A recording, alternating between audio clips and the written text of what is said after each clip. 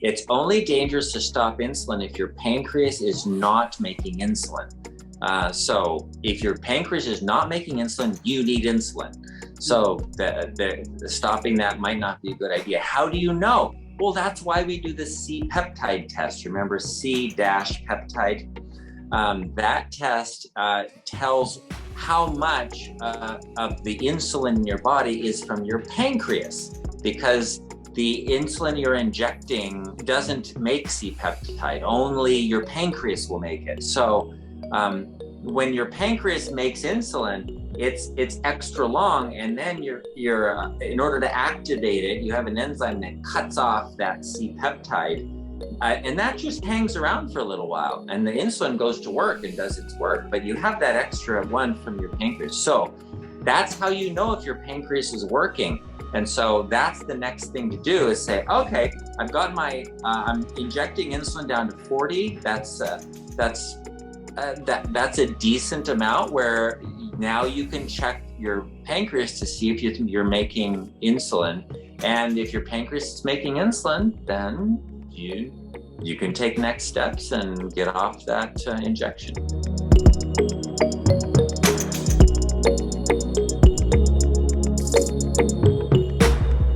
Hello, everyone. Welcome to the Fix Blood Sugar webinar. We are glad that you guys are here. We are on episode, I believe, like 165.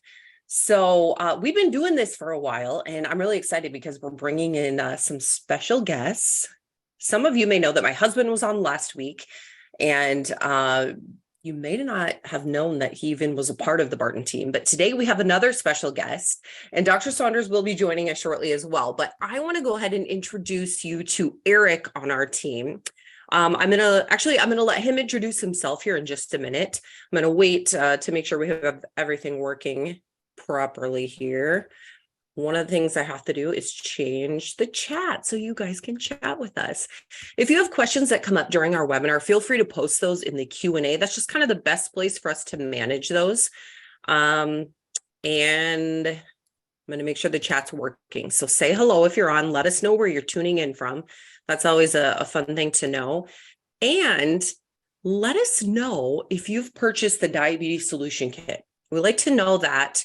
To kind of see where you guys are at. If it's something that you're currently using, never heard of, you don't even know how you got on this webinar, you just clicked some link in an email, let us know, because we kind of like to know where a lot of you are. Some of you join us each week, and a lot of you are often brand new when you hop on the webinar. So we're so glad that you guys are here. We always focus on type 2. That's kind of our main thing that we do here. All 160 plus episodes, we're talking about type 2. And so every other week we focus in on one topic typically. And this week we're going to kind of talk about some of the basics and answer a lot of your questions. So again, post in the chat if you're able. Sometimes it doesn't. Oh, I think I can. Now it will work. Now it'll work for you guys. Okay, chat is disabled. I fixed that. If you're on Facebook, feel free to comment there too. I'm going to do my best to check that while I'm going through the questions in our Q&A as well. But one of the things, Lloyd, you're here. Oh my goodness. Okay, well, can I share a little bit of your story? You let me know. I had some of the best conversations with some of our customers. I was just briefly mentioning this to Eric, who I will have him introduce himself, but I'll quick say this. One of the things that I love to do is chat with you guys. And so if you're interested in sharing a little bit about how your journey is going, I'd love to hear from you. Leslie at bartonpublishing.com. But I got to chat with a few of you this week, and your stories, I just was really encouraged by you guys. And a lot of you are doing the hard work. You've been in the trenches. You maybe recently, some of you, I think, had only been doing the Diabetes Solution Kit for 3 weeks, and you're already throwing away medicines, which don't tell Dr. Saunders. But hi, Dr. Saunders. And I'm so proud of you guys. I'm so excited for you, and I'm excited to share those stories with our team. But one of the people that I got to talk with was Lloyd, who I can see is on here. And I haven't told either of these guys any of your story, but I will tell you this. He got all new teeth yesterday. And so I think this was the surgery. He had to have his numbers down to a certain level before he could have surgery. Is that right? Am I saying that right? Maybe you should type a little bit Yeah, of your story. usually you have to have Yeah. they're not going to do, if your blood sugars are 200 300, they're not going to do surgery, especially like they don't want to do that on your teeth. Um, So yeah. yes, and he did it. And so he had surgery yesterday. And I actually emailed you today, Lloyd. So I'm glad to see. I wanted to make sure everything went okay. But you did it in a real quick amount of time. I got to chat with him and his wife. They gave me a tour of their property. I won't tell you where it is, but it was amazing. And I might have to go visit them because it was beautiful. But I just loved it hearing their story. And so I'm so impressed that you're on, Lloyd. That is amazing. Okay.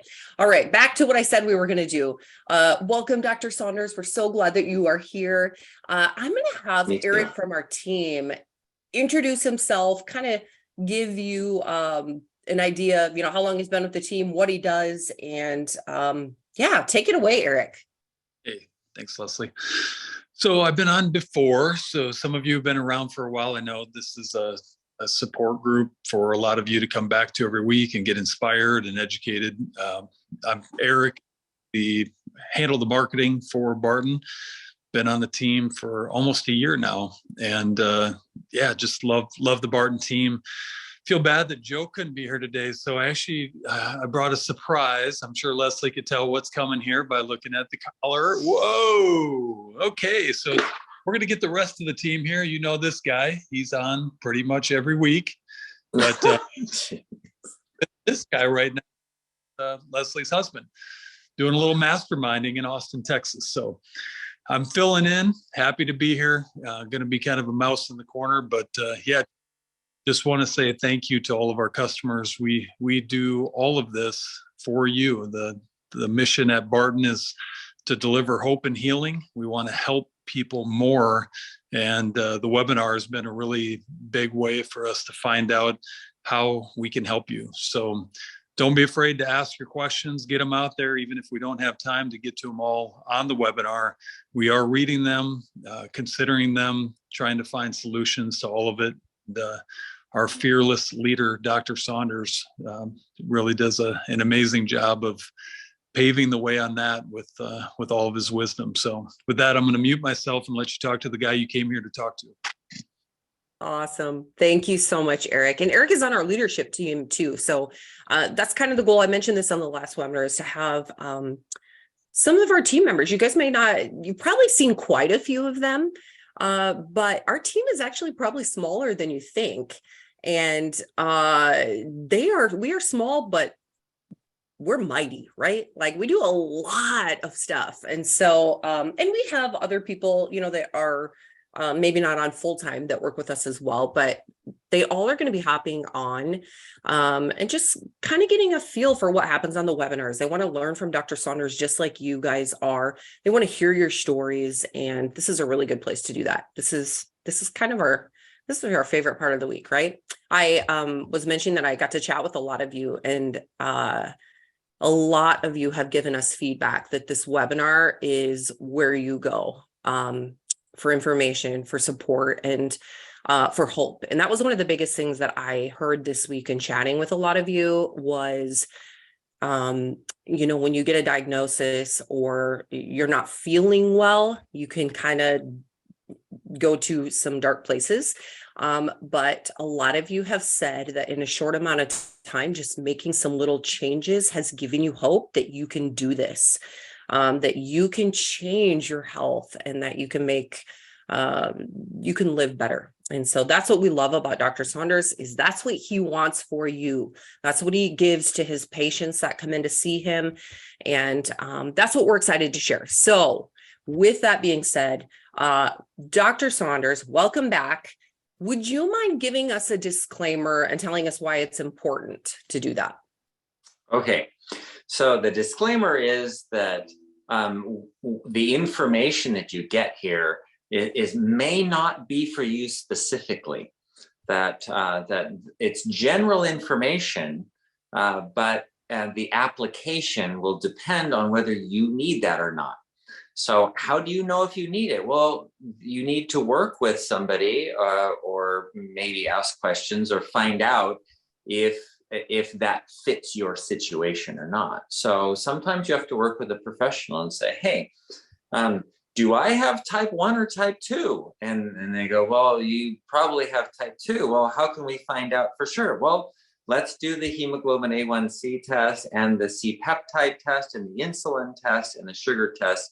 And we'll do those 4 tests, and then we'll be able to look at your how your pancreas is functioning and whether you're insulin. Anyway, so the importance is that it is knowing where you fit and whether the information applies to you or not. Great. A question that came in is, and I said I was going to start asking you more questions about this, but what is your background? And I know that you're busy and you work a lot, but tell us, where do you work and what do you do, Dr. Okay. Saunders? Okay, so I see patients every day. I went to UCLA Medical School. I did a family practice residency program. I worked in for the county of Santa Barbara for a few years, and I've worked in nursing homes for 15 years. So the broad spectrum. I've delivered 200 babies. Let's see. I've worked in See, that ICU. was another new fact I didn't know. Told There you you every go. time I learn something new. Here we go.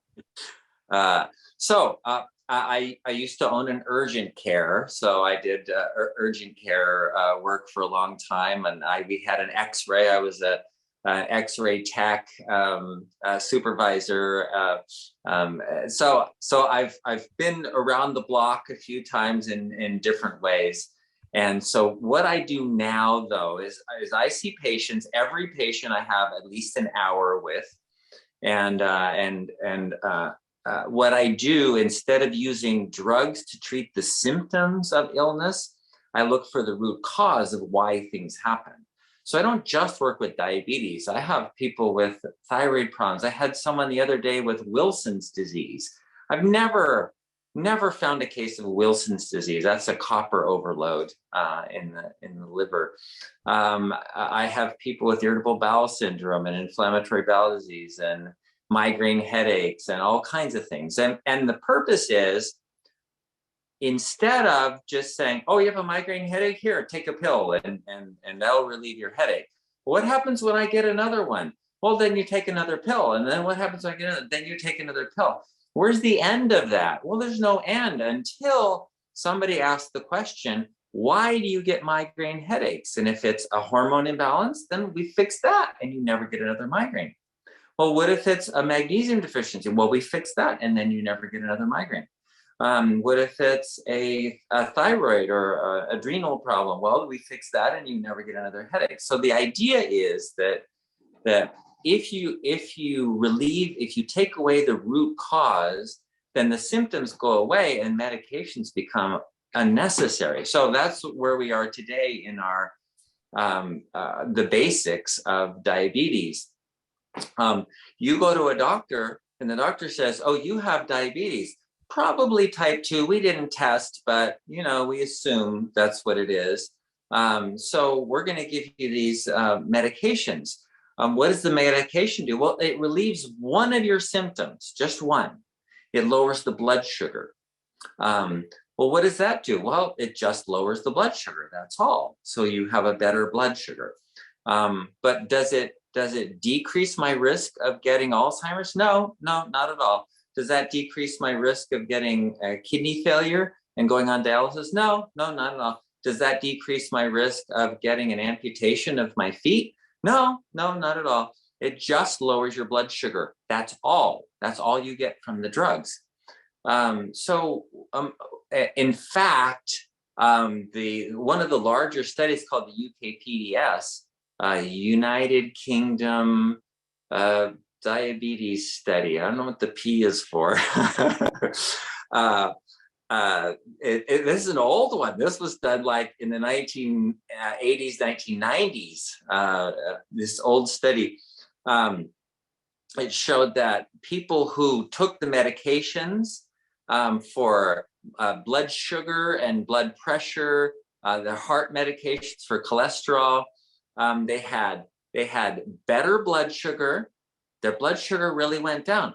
Their blood pressure was better, so the medications brought their blood pressure down, and their cholesterol was better, so the medications worked. It did everything they were supposed to do.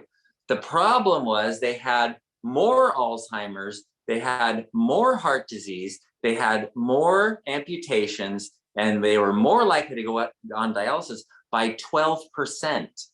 So not a small, not like 2% or 5%, a little bit more. It was a lot more. So they had, even though they had better numbers, they had worse outcomes. So what you're looking for is, what's the long-term outcome? How can I improve my blood sugar? Yeah, but that's just the symptom. That's just the superficial part.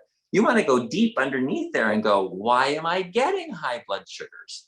And remove that. And that's what this program is all about, is what's the root? What's the bottom line? So one of the reasons we have this program where you can answer questions is because everybody's different.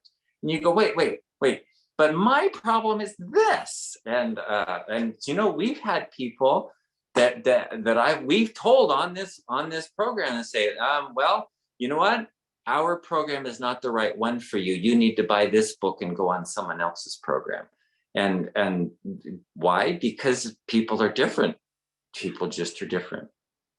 So good. One of the things that I thought was really interesting that I had never thought about was last week you said, in medical school, you're taught to give medications to patients, but you're not taught how to take them off of medications. Yeah. And that's why if you've gone to the doctor and they've said, here, take this medication. Well, how long? Well, for the rest of your life. What if it doesn't work? Well, we'll add another one. We'll keep you on that one and add another one on top of it. And what if they don't work? Well, we'll keep you on those two and we'll add another one on top of that. And so because we don't know how to get you off of medications, all we know is to add another one on. So you end up with, 6 or 7 medications. And there are plenty of people out there on, 10 or 15 medications, because this one that's not working is having side effects. So they have to take this medication so that they can relieve the side effects of this medication that isn't working, that they're still on, because nobody knows how to stop it. Is that crazy? Yes. And it actually brings me to a question that came up with someone that I was chatting with this week. One of our, she may be on the webinar right now. Actually, I should look, Tanya. Great questions. I'm going to brag on her for a little bit. I hope she's okay with this, but she recently got married, had carpal tunnel surgery, and then her new husband has type 2, and he never really had the support to, make changes that he knew he should, etc. And so she's been helping him with it. She's been helping figuring out how to do the diabetes solution kit, what to cook, even though she just had surgery, but she's able to guide him. And I'll brag on him too. I hope this is okay. He was drinking a lot of Diet Mountain Dew every day, and all of a sudden decided to quit cold turkey because he was starting the diabetes solution kit. Can you quit cold turkey? Mountain Dew? Yeah, that's what I said. So this is the cool thing though. He's been drinking this for a long time, since she's known him. And she said it's even still in the refrigerator and he hasn't touched it. I was like, that is willpower.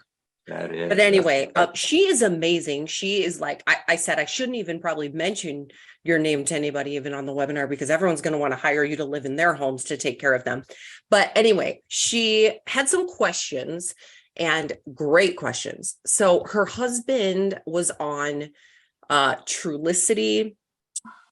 I'm sorry. Yeah, Trulicity, metformin, and Jardiance. And I have a question. She has a question about that, but I'm going to ask you this first. Why all 3? What do the 3 of them do for type 2? Well, the theory is that they all work in different ways. So because they work in different ways, one of them causes you to have more of the more insulin, to make more insulin than you would normally make. So that should bring the blood sugar down a little bit. And another one blocks you from using sugar for energy, so forces your body to use fat for energy. And another one stops you from making glucagon, so that your liver doesn't make extra sugar, so you don't raise your blood sugar. So because they work in different ways, then they all work together. The idea is to bring the sugar down better. But it's counterproductive. Yeah. Anyway, so yeah. Yeah. So that was one of the questions, or one of the things I was just thinking about it as you were talking about how to get off medications. So here's kind of his story. He's only been doing the diabetes solution kit for 3 weeks and improved dramatically. He also cold turkey stopped the metformin and the Jardiance without asking his doctor. So I'm just going to put that out there, because you should always work with your doctor, right? So his numbers have only gone up a little bit. And so she's wondering, can he get off of Trulicity, do you think? Oh yeah. Absolutely. I said, it's good to work with your doctor. I believe they'll go in February, but that's his goal, is to be able to be done with all of these medications. Now, this is a fun question that she asked that I did not know for sure. Her concern was, if he is off of all 3 of those medications, will his doctor still write the prescription for his continuous glucose monitor? Dang. How terrible is that we have to ask that? A good doctor definitely would. And if not, then consider looking for another doctor and going, you know what, I need help with this. And I need this CGM. Yes. Because it's interesting. I had someone in my office who doesn't have diabetes, and he goes, gosh, I want to get a continuous glucose monitor. I want to see what my blood sugar is doing, because he's starting a new lifestyle program, and he is taking on has a smoothie that he's supposed to be a super smoothie, right? And so he wants one of those. So, if I had diabetes, I would definitely want a CGM. Yes. And that's been very motivating for him as well. He checks it all the time. And she said that's one of the things that, because he feels in control of it and he can see it, and it's just working so well. So super proud of them. But I wanted to ask those questions. And then I have one more question that came in from Maria. She said, I'm having a nuclear stress test, and I would like to know if it's okay with all the supplements, or do I have to stop taking them? Okay. A nuclear stress test is to test the heart, and they inject you with a nuclear dye, and they look at how the perfusion of the heart is based on that when you're under stress. No, you can take any supplements. You don't have to stop anything. No, that's fine. You have to consider the supplements in this kind of a case, like a nuclear stress test. It's like food. Yeah. Okay. We have a lot of people on. Jeffrey, Greg, Roy, hello. Grace is back. Alfreda. Oh, so many people, you guys. This is so fun. Juliet is on. I got to meet her, I think, last week. So lots of good questions coming in from some people. I'm going to quick show you guys the diabetes solution kit in case you're new. A lot of you have this, it looks like, but if you're new, this is often what we're referencing when we're talking about phase 1, phase 2. Phase 1, phase 2. Yes, yes. That's what we're talking about. And that can be found at bartonnutrition.com, or you can go to bartonwebinar.com. That's where you'll find information about what we're talking about. But this is also what Dr. Saunders shares with his patients, not this actual book probably, but the information that's in it. You do. Okay. It's already put together. Why not? Right. Yeah. But he shares this with his patients that come into his office as well. So if you hear some references to the diabetes solution kit, that's this and the phases. So, okay, let's get into some more questions. So many questions. This is so good. Let's see. Teresa says, I have the workbook in Synachroma and the magnesium spray. It all works great for me. Wonderful. Cold in Houston, 45 degrees. We have snow in South Dakota as well. Not a lot, just a little dusting. Everyone forgot how to drive when it came yesterday. Funny how that works. Oh man, it was crazy. Okay, Brian. Oh, I got to chat with Brian too. So Brian went through phase 1 super fast. He's now in phase 2, up to 60 grams of carbs, and he checks under 109. Awesome.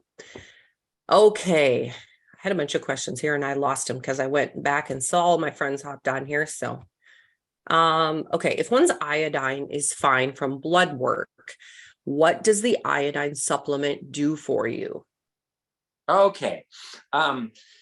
So you do a blood test and you get an iodine test, and the iodine tells you what your iodine level is at that moment. It's a moment in time, and it's changing all the time, just like your sodium is changing all the time, your potassium's changing all the time. So if you have a good level of iodine, what it means is that you're not deficient, that you're probably okay, that you may not need any at that moment. So that's one of the reasons that I recommend using iodine periodically. And why?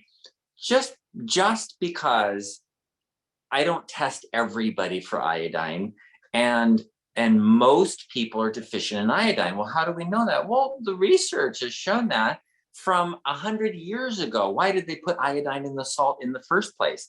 Because the soils in the United States don't have iodine in them. And so only 12 years ago, they did a study in the Midwest and found high school girls, 20% of them, 25% of them already had goiter. They had an enlarged thyroid from a lack of iodine. So it's not uncommon. It's so common to have iodine deficiency. Now, if you're eating sushi and you eat a seaweed salad and you're eating those seaweed chips or something, you're not going to be deficient in iodine. So as a general recommendation, you know what? People in the United States should take iodine, and that's why they put it in the salt in the first place. That's why. All right. Good stuff. First timer here, Bob, welcome. It says he started on the 25th of October. Blood sugar was in the 160s prior, and blood sugar has now dropped to the low 100s within the first 7 days. Dang, good work. Yes. Now reigning in the 120s, no gallbladder. Blood sugar dropped to the 80s this weekend for 2 days. Now back in the 120s. Can't figure out what is going on. Any thoughts? Okay, so there are so many factors that enter into what your blood sugar is. So it's not a simple one-to-one, I ate this, therefore my blood sugar is that. It's just not that easy. So you just look at the big picture. So your blood sugar has generally come from the 160s down into the low 100s, and the 80s, that's normal. When it's 80s, that's non-diabetic. That's perfectly normal. So that's great.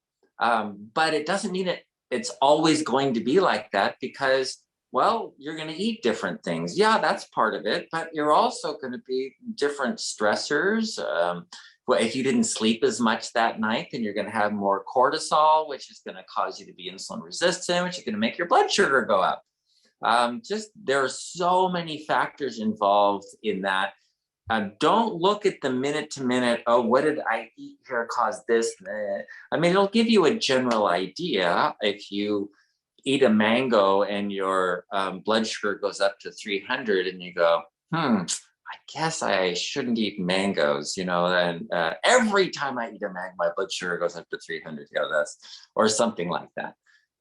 There's a relationship there that's definitely there, but it's not the only part of it. There's a lot of factors. So the way to look at this is not to say that your blood sugar should always be 80.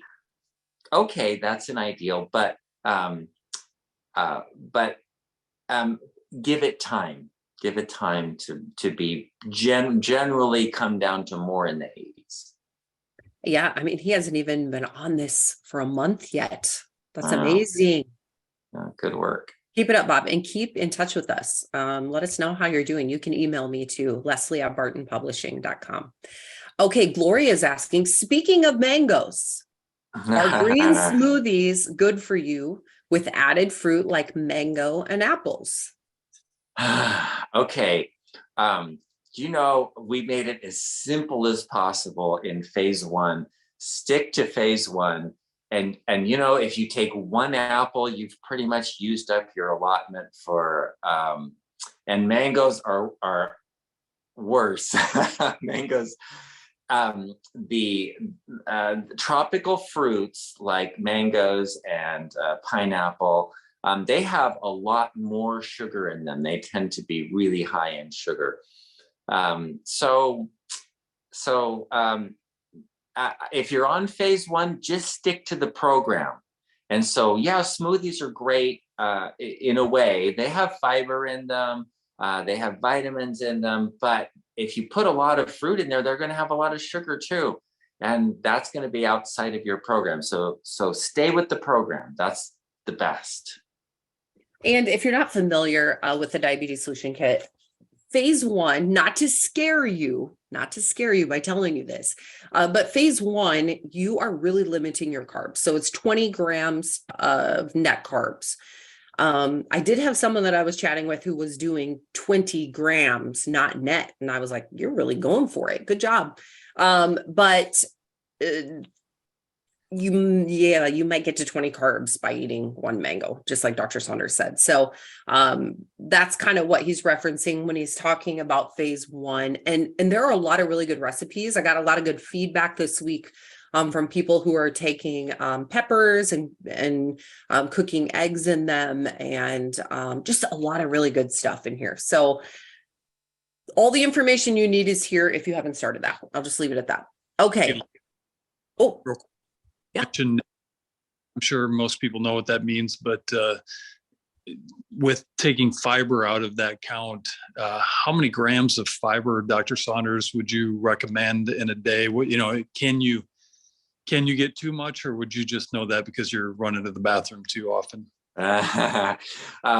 Well, actually, a good diet has as much fiber as you can get in it. It's a lot of food. So if you think of like a whole plate of salad, a dinner plate, a big dinner salad is only about 4 grams of fiber. An apple is only about 3 grams of fiber, and you need 40 grams of fiber a day, just kind of as a minimum.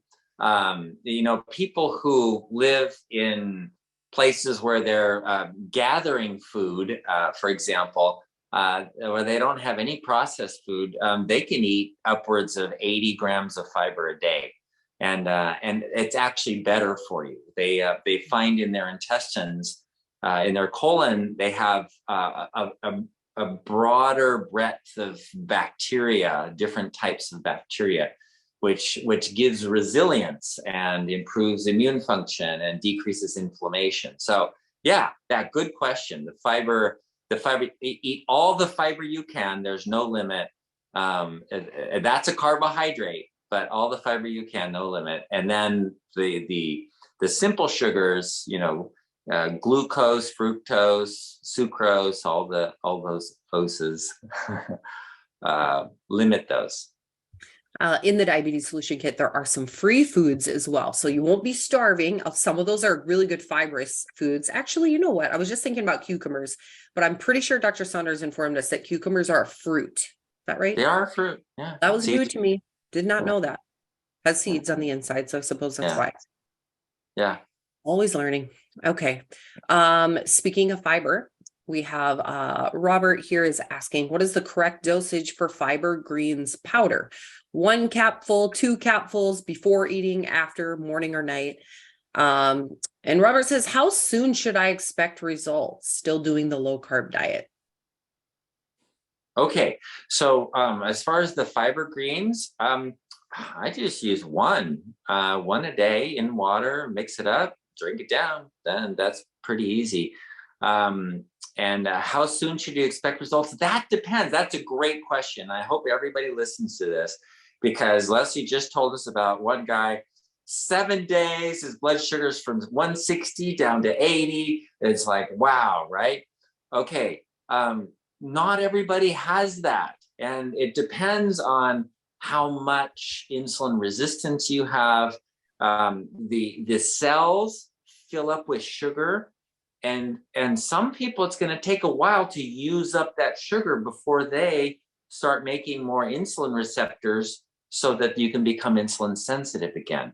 So it's not a simple one-to-one thing. It can take anywhere from a few days. We've seen people go, wow, a few days, I'm all better.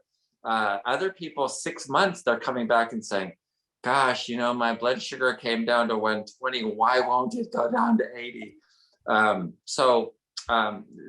There are differences. Everybody's different. Here's a really fun note here from Glenn. Let's see. We met Glenn a couple years ago, I think, or maybe even a year ago. I'm not exactly sure when we chatted. But he started the diabetes solution kit 2 years ago and still holding his own. I do have to come back to the program from time to time, but still holding my weight loss and A1C numbers, lower blood pressures, etc. Love the weekly program. Very helpful, especially the question and answer time. Yeah. Good work. So good. That's awesome. That's the beauty of the diabetes solution kit. And I had this discussion with some people earlier too, that even if you make a mistake, you know how to go back to phase 1 and do it again. So if you go to phase 2 and you're trying some new foods and you're like, uh-oh, that did not work, you can go back to phase 1, so just, it's such a good program, and it's working for a lot of people. Okay. Let's see. Greg said, I had lab work on June 8th, A1C of 9.5. I started searching and discovered Barton Nutrition and Dr. Saunders webinars. I purchased the diabetes solution kit in late June and began the process on July 8th. I had bad high carb days for several days in a row during September and October, but returned to the regimen late October. I had lab work on November 15th, yesterday. A1C of 6.2, and the doctor was thrilled. I will continue the regimen to get an even lower A1C. Wow, that's an incredible drop in such a short period of time. And I love what he said was he wasn't really good on the program, that he had days that he messed up. Guess what? It still works. It's okay. That's the amazing thing. Love it. Yeah, so I love encouraging. that. Greg, I would love to chat with you if you're open to that. Okay, Juliet says, I'm still on 40 units of insulin from 105 units. Will it be dangerous if I just stop the insulin while taking all the necessary supplements? What can happen? Working on this since April, and I'm wanting to stop the insulin. So it's only dangerous to stop insulin. Remember, I'm giving general information here. It's only dangerous to stop insulin if your pancreas is not making insulin. So if your pancreas is not making insulin, you need insulin. So stopping that might not be a good idea. How do you know? Well, that's why we do the C-peptide test. Remember C-peptide? That test tells how much of the insulin in your body is from your pancreas, because the insulin you're injecting doesn't make C-peptide. Only your pancreas will make it. So when your pancreas makes insulin, it's extra long, and then you're in order to activate it, you have an enzyme that cuts off that C-peptide. And that just hangs around for a little while, and the insulin goes to work and does its work, but you have that extra one from your pancreas. So that's how you know if your pancreas is working. And so that's the next thing to do, is say, okay, I've got I'm injecting insulin down to 40. That's a decent amount, where now you can check your pancreas to see if you're making insulin. And if your pancreas is making insulin, then you can take next steps and get off that injection. Awesome. Okay, really good question here from Roy. Any suggestions about Thanksgiving? And a year ago, we did a webinar. Actually, we had a friend, Dana Cushing, who we were doing some webinars with, and she dedicated an entire webinar to, let me see, what was it called? Low Carb Thanksgiving. She works also with patients who are type 2 diabetics. And so I'm going to post the link to that here. But Dr. Saunders, do you have any ideas or anything you want to share about that? Well, don't eat too much. It's not that hard. Even if you're on phase 1, think about it. I mean, you can have cooked green beans, and we always have like Brussels sprouts and stuff like that too. And then, yeah, have a turkey, and you're still clearly within your 20 grams of carbohydrates. You're not even going to get close. And you can still enjoy Thanksgiving with everybody else. Just be choosy and pick things out and go, okay, well, maybe I'm not going to have those sweet potatoes with the marshmallows on top. Darn, I love that stuff. I'll have something else instead. I think I posted the link to this, but I was also just thinking, guys, there are some amazing alternatives. It sounds terrible to say it that way, alternatives to mashed potatoes, but cauliflower mashed potato, cauliflower mashed cauliflower is really good. It's really good. Sometimes I feed it to my kids and they don't even know that it's not potatoes. So there are options. I feel like now more than ever, there are options. So have fun, bring something that you know you will love if you're joining others, so that you don't feel deprived. That would be my advice. Hopefully that link will work, but we'll see. Okay. Give me a second here to get back. Oh, so many good messages, you guys. Okay. Bruce. Oh, Bruce, how are you? He says, I'm having trouble keeping my blood sugar down below 100. But I'm eating bread and an apple a day. Sometimes eating pizza for dinner, which is a no. If I eliminate those 3 things, would I see it go down below 100? It's a silly question, but I just want to know if I'm overdoing it. I'm pretty sure you would. I'm pretty sure you would see a big difference there. So pizza is something that people who are predisposed to getting type 2 probably should just avoid altogether. And here's why. It's calories on top of calories on top of calories. What it is, what is pizza? It's carbohydrates, fats, and proteins, and pretty much nothing else. And so the fats from the cheese blocks your insulin receptors, makes you insulin resistant, and then you have crust that has a lot of carbohydrates in it that raises your insulin levels and raises your carbohydrate levels. It's just fried foods and pizza and things that are mixed carbohydrates and fat and carbohydrate together, like fried foods, pizza, and like ice cream. Those kinds of things are just probably things you should just avoid altogether generally. There are some low carb options for, I mean, I hate to say this, but for pizza, and I'm not even talking about the crust, but if you're someone like me who actually doesn't care about the crust, I just like I like the sauce and the toppings. You can do that low carb very easily. So something to think about. All right. Okay, got done with those. Great question here from Elfreda. This is another one of those things that everyone's going to want to listen to. Do I stay on metformin while on phase 1? Yes, the answer is yes. Stay on it. You don't need to stop medications or insulin or anything like that until you've reached a level of your blood sugar being normal. If your blood sugar is getting low, you definitely need to start talking to your doctor about getting off medications.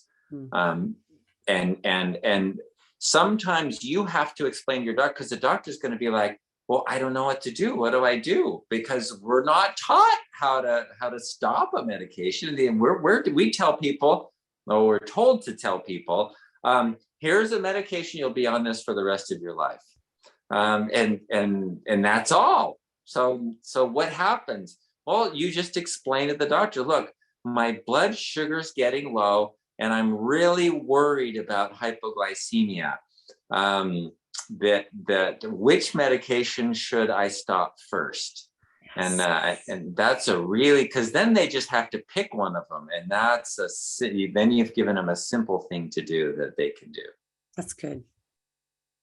What a great problem to have. Okay. Joby says, can you tell me what you know about the LifeWave X39 patches for diabetes patients? I've seen them. I've read about them. I've had them in my office. The answer is, I don't know. I don't have any knowledge or experience with them to be able to say that's a good thing or not. I don't know. Okay.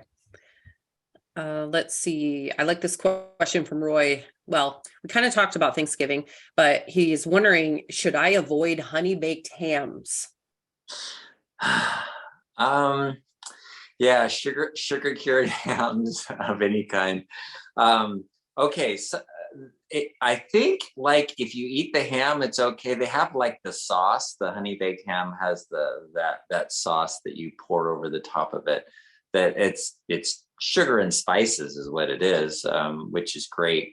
But yeah, that's going to add to your carbohydrates, and that brings us to something to consider, and that is avoiding the taste of sweet. So the getting off of sweets is really important, and I know about that because I'm one of those. I have a sweet tooth, right? I'm one of those. I just love sweet things. And when I was a kid, I was scraping candy off the sidewalk. That was, the sun is melting it into the sidewalk, and I scrape it off and I would eat it. Don't tell my mom, right?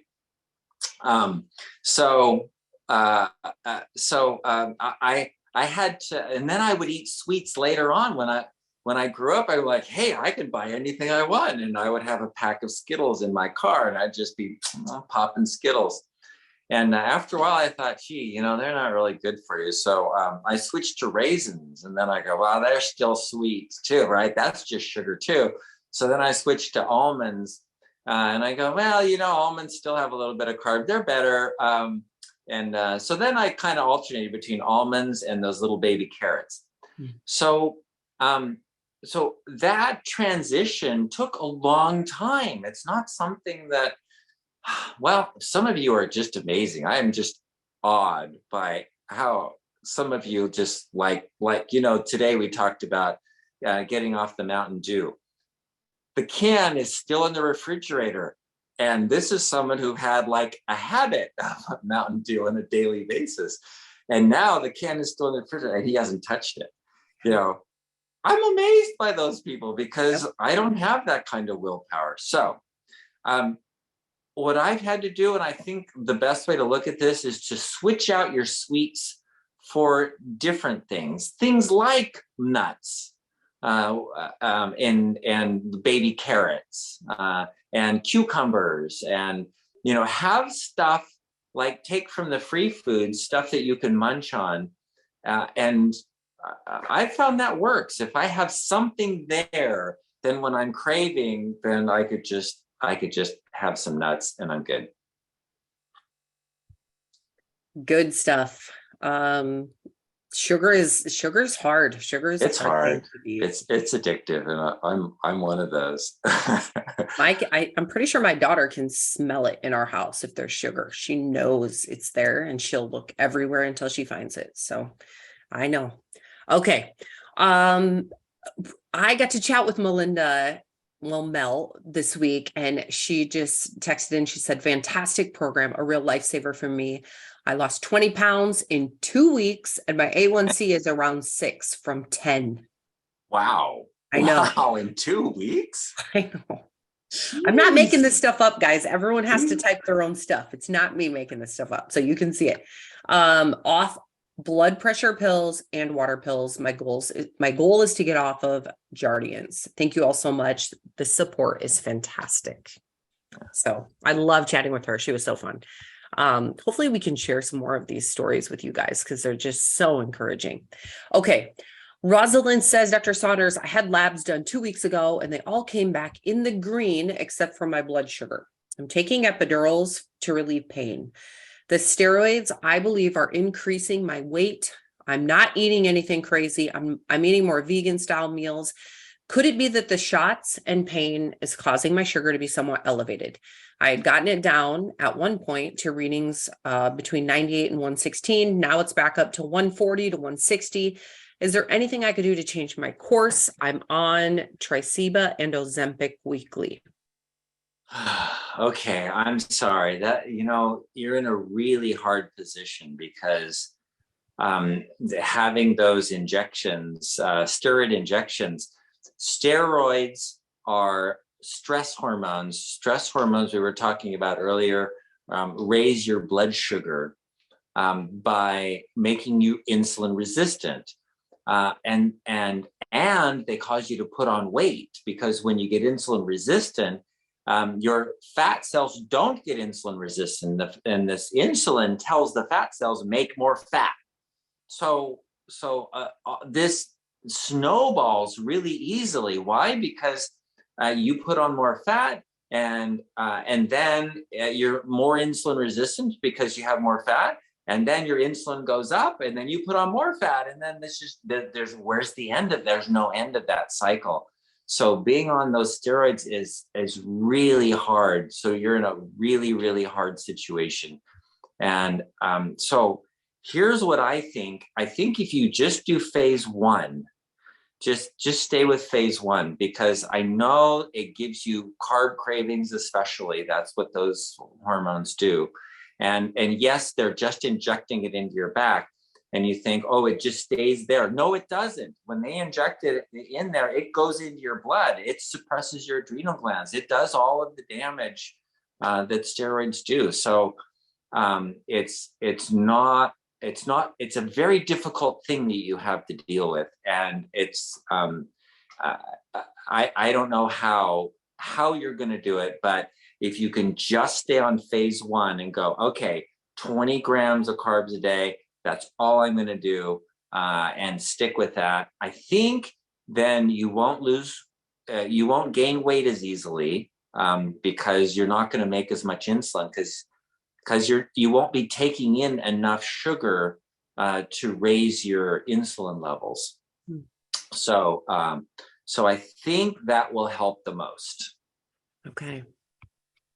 And a ketogenic diet for people in pain, for people with chronic pain and those kind of things, ketogenic diet has been used for 100 years for those kinds of things. And even little children that have epilepsy, they have the epilepsy where, seizure disorders, right? And they put them on a ketogenic diet. And as long as they're making ketones, as long as they're burning fat, it has a calming effect on the brain. So it has a calming effect, preventing seizures and calming pain. So I think phase one is going to be really helpful. I hope that works. Let us know. Keep us updated. Yeah.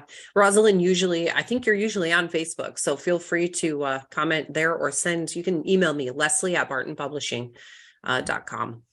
Okay. A couple questions about A1C. So let me see if I can find these again. Alfredo wants to know, what are the A1C calculations? Is it blood glucose reading over a 3-month period? Okay, sort of. Here's what it is. Hemoglobin is the protein, the red stuff inside of the red blood cells. It's what makes your red blood cells red. Wasn't there a song about that? What makes the, oh yeah, that's what it is. Oh darn it, I forgot what it was. Anyway, so what makes the red blood cells red is hemoglobin, and that hemoglobin is in the red blood cells, which last about 3 months in your body, right? So if these red blood cells are circulating for about 3 months, within about 3 months, the spleen clears them out and says, "You're old, come on, you're out," and kicks them out. But during those 3 months, they're swimming in your fluid, right, in the blood, And that fluid has a certain sugar level. And the more sugar is in the blood, it'll attach to that protein. It'll just attach onto the protein. And so you get more and more sugars attaching onto that hemoglobin molecule. So if you have low sugar, then you have very few attached onto that hemoglobin molecule. If you have a really high blood sugar, then you have a whole bunch of them attached. And so that is what the hemoglobin A1C is about. That's where it comes from. So you can use that number of how much sugar is attached to those hemoglobin molecules to give you an idea of how high your blood sugar was on average over about 3 months, because that's how long those red blood cells are in existence. Hey, Leslie, I just want to interject here. You know you've got the right doctor when your doctor's singing songs about hemoglobin and red blood cells, right? What makes the red man red? Peter Pan. Yeah. Oh boy, that's funny. Peter Pan. Oh. It's hemoglobin. I just love, and I've mentioned this so many times, but I just so appreciate Dr. Saunders' visuals for these things. And now that we got the marketing guy on this webinar, speaking of which, he does all of these like visual descriptions of things that I feel like we need to turn into some visual videos because they're so good and nobody else is doing it. And so just my little. Hey, I'll share one real quick that I love. Probably my favorite one that Dr. Saunders shared recently. The idea of how he formulates supplements is this, it's like a cast on a broken arm. It's to support the body so the body can heal itself, versus supplements and medications that are designed to keep you on them forever. Yes. So good. He's got so many of these and I don't know where he pulls them out of. They're so good. I don't either. Okay. All right. We got a few more questions here. We'll see what we can do. Okay. So all right. So we did the hemoglobin A1C. Now, I believe Dr. Jonathan Lockwood says he has his test, his A1C and his C-peptide test scheduled for this Friday. A1C was 7.1 on August 12th. What number should I be looking for this Friday, especially the C-peptide test you recommend? Okay, so so the question is, what should the level of C-peptide be? And that's usually around 1. So it can be like 0.5 up to 2, 3. If you're getting over 4, that's pretty high. If you're getting 5, that's really high. 6 is pretty high. Just to give you an idea, it should be around 1 or 2, somewhere in there would be sort of average. You can take that and you can say, okay, if you're injecting insulin, it's not going to make C-peptide. Only your pancreas makes C-peptide. So if your C-peptide is 0.3, then that's not a lot. And if your blood sugar is 200, then you have your pancreas is putting out very little insulin to take care of all that blood sugar. So that's a problem. But if your blood sugar is 200 and your C-peptide is 6, then your pancreas is putting out a ton of insulin to take care of that blood sugar. And that means your pancreas is working really well over time. Okay, I'm going to ask you these quick. Let's see, Iman, I had a non-fasting blood test at the doctor's office. A1C is 5.8, was 5.6, sugar, 1:30 a.m. taking metformin and berberine supplement, have high blood pressure, taking blood pressure medication, trying to get below 99. Any suggestions? Okay, 5.8 is not bad. That's pre-diabetes. It's not really even a type 2 yet, specifically. So yeah, the suggestion is go on phase 1. You know what? It's really good and it really works. And we've had several examples today of people who've called in and say, yeah, I did it and it worked. So just do phase 1 and your hemoglobin A1C should come down to 5.2 to 5.4. That range would be great. Okay. Leroy says, any input on BioLife blood booster, if you're familiar with it? Life blood booster. Nope, not familiar with it. Okay. Sorry, Leroy. Let's see. I missed that about C-peptide. That affects blood sugar. Yeah, the C-peptide, but the C-peptide doesn't specifically affect blood sugar. It's the leftover after your pancreas makes insulin, spits out this insulin molecule, but it has to be activated by an enzyme, comes and cuts off the C-peptide, and then that is the good part. And the C-peptide's the waste product. It's not truly waste product, but it's a waste product. Okay. Final questions coming from Krish. Krish always has the good questions. So let's see. Good gut health is critical for all, especially type 2 diabetics. Maintaining a healthy gut flora is critical to avoid many disorders of the gut, such as leaky gut. I have 2 questions based on what I read on the internet. Is that your favorite thing to hear when people ask questions from what they read on the internet? What I read on the internet. No, I love Krish knows, I love people doing their research. Yes. And Krish is a student and a teacher. And he always has really good questions, seriously. And you know that too. But for maintaining good gut health, okay, wait, what am I saying here? For maintaining good gut health, it is critical to have a proper ratio of the gut flora. That is 85% of the good microbes and 15% of the bad ones. Is this true? Any idea? Yes and no. That's not really the way it works. There are hundreds of different types of bacteria, and what you really want is breadth of different types. You want a lot of different types.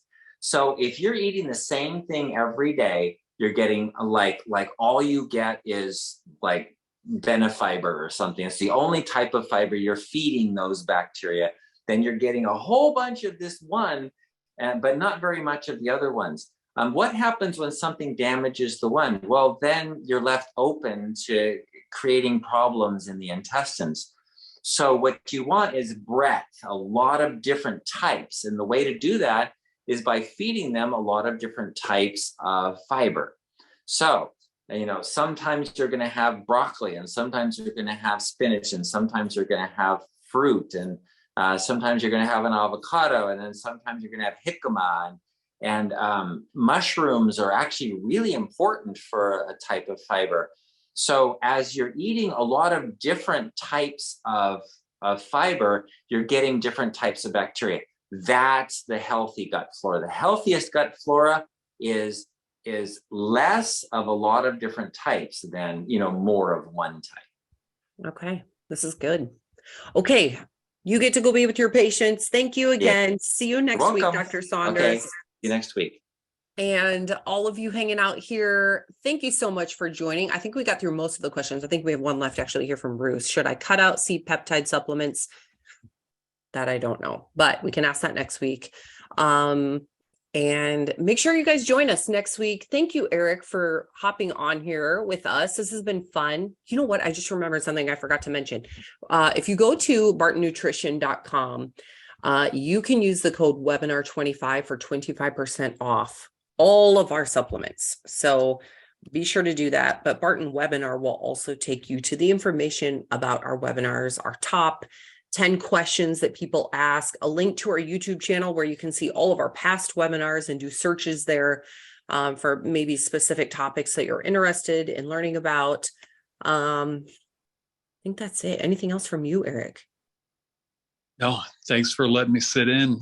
This is energizing. When you do marketing, this is kind of stuff that makes you want to go out there and sell more products. So yeah. It is good. It's fun. And when you get to hear the stories from all of you guys about how your lives are changing, I mean, this is motivating for our entire team, and it keeps us doing what we're doing. And it's so exciting. So thank you for sharing. Thank you for hopping on each week.